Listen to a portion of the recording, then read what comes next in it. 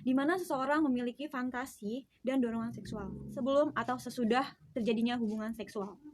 Lalu yang terakhir pada gangguan orgasme adalah ejakulasi dini.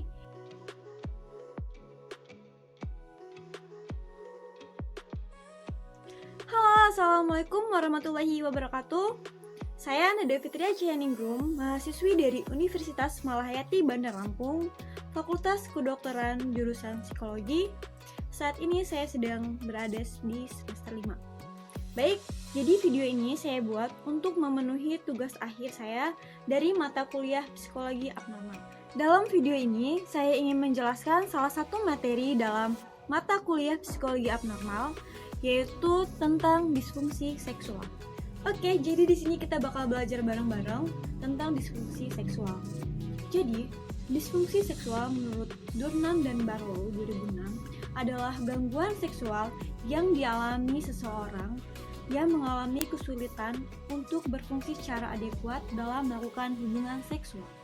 Lalu perlu diketahui, nilai kinerja kecemasan, stres, dan khawatir merupakan salah satu bagian yang terintegrasi dari manajemen optimal disfungsi seksual. Lalu, disfungsi seksual ini banyak didefinisikan didasarkan pada siklus respon seksual manusia, di mana siklus respon seksual itu diusulkan oleh William H. Masters dan Virginia L. Johnson yang kemudian dimodifikasi oleh Helen Singer Kaplan. Menurutnya adalah manusia adalah makhluk yang diciptakan untuk memiliki respon seksual tersebut. Nah, ada 5 respon seksual itu, ada 5 tahapan. Yang pertama itu appetence atau keinginan, di mana seseorang memiliki fantasi dan dorongan seksual. Itu yang pertama. Lalu yang kedua adalah excitement atau kegairahan, yaitu peningkatan dorongan seksual dan mulai ditandai dengan adanya reaksi fisik seperti detak jantung yang lebih berdetak lebih kencang.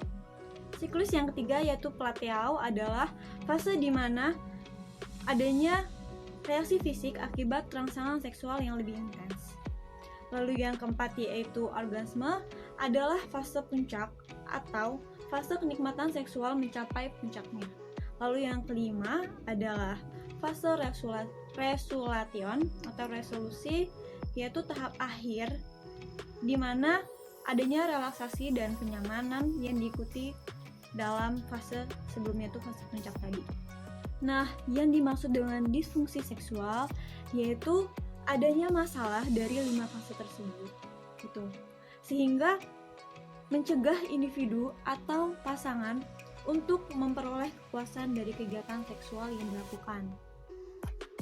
Oke, selanjutnya jenis-jenis disfungsi seksual berdasarkan DSM-4 dari Durnan dan Barlow 2006.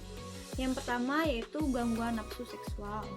Gangguan nafsu seksual itu ditandai oleh sedikitnya atau tidak ada minat terhadap seks yang menimbulkan masalah dalam suatu hubungan. Nah, di dalam gangguan ini terdapat dibagi jadi 2 lagi, yaitu yang pertama adalah gangguan nafsu seksual hipoaktif, yaitu minat terhadap kegiatan atau fantasi seksual yang kurang, yang mestinya tidak diharapkan bila dilihat dari umur dan situasinya. Lalu yang kedua yaitu gangguan aversi seksual, yaitu perasaan tidak suka yang persisten atau terus-menerus dan ekstrim terhadap kontak seksual atau kegiatan serupa tersebut. Oke, untuk jenis gangguan yang kedua yaitu gangguan rangsangan seksual. Dan ini dibagi menjadi 2 juga. Yang pertama adalah gangguan ereksi pada laki-laki, yaitu ketidakmampuan sebagian laki-laki untuk mempertahankan atau mencapai ereksi penis sampai aktivitas seksual selesai, dan keadaan ini bisa berulang kembali terjadi. Lalu yang kedua adalah gangguan rangsangan seksual pada perempuan, yaitu ketidakmampuan pada sebagian perempuan untuk mencapai atau mempertahankan lubrikasi vagina. Maksudnya adalah keluarnya cairan pada vagina untuk mencegah iritasi atau nyeri saat penetrasi, dan ini juga sering berulang kali terjadi. Lalu gangguan yang ketiga yaitu gangguan orgasme, dimana ini terjadi pada siklus fase orgasme ya, dimana terjadi terlalu cepat atau tidak terjadi sama sekali orgasme. Lalu pada gangguan ini terbagi menjadi 4 ya. Yang pertama yaitu gangguan orgasme yang terhambat, di mana ketidakmampuan untuk mencapai orgasme meskipun rangsangan dan nafsunya cukup adekuat atau memadai.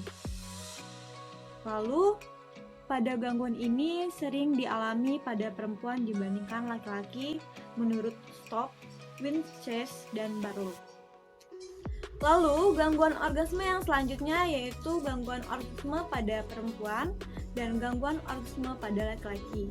Ini sama-sama orgasme yang terhambat dan tidak terjadi sama sekali dan terjadi berulang kali. Namun perbedaannya, kalau yang perempuan yaitu berhubungan dengan pengalaman sebelumnya dan stimulus saat itu, sedangkan yang laki-laki berhubungan dengan usia mereka dan stimulus pada saat itu. Lalu yang terakhir pada gangguan orgasme adalah ejakulasi dini, di mana sebelum orang menginginkannya sudah terjadi ejakulasi dengan stimulus yang minimal, dan ini terjadi berulang kembali juga. Baik, yang terakhir yaitu gangguan nyeri seksual, yaitu nyeri genital yang terjadi berulang kali, baik terjadi pada laki-laki ataupun perempuan, baik saat, sebelum, atau sesudah terjadinya hubungan seksual. Lalu gangguan nyeri ini dibagi menjadi 2, yaitu yang pertama dispareunia adalah rasa nyeri atau sakit atau perasaan tidak nyaman saat melakukan hubungan seksual. Lalu yang kedua adalah vaginismus, adalah terjadinya spasme atau kejang urat pada otot-otot di pertiga luar vagina yang terjadi di luar kehendak dan mengganggu aktivitas hubungan seksual. Dan itu juga terjadi berulang kembali. Baik, tadi udah bahas tentang jenis-jenis disfungsi seksual. Selanjutnya, apa sih emang yang jadi penyebab disfungsi seksual tersebut? Mungkin ada banyak faktornya, yang salah satunya yaitu emosional. Di antaranya terjadi di emosional itu terjadinya masalah interpersonal atau dengan diri sendiri atau masalah psikologis, seperti dapat terjadi depresi, ketakutan atau rasa bersalah saat melakukan hubungan seksual, trauma seksual di masa lalu. Nah, itu adalah salah satu gangguan secara dari interpersonal yang bisa mengakibatkan gangguan-gangguan tersebut. Lalu kecemasan juga bisa, karena kecemasan itu bisa membuat nyeri saat berhubungan intim pada wanita.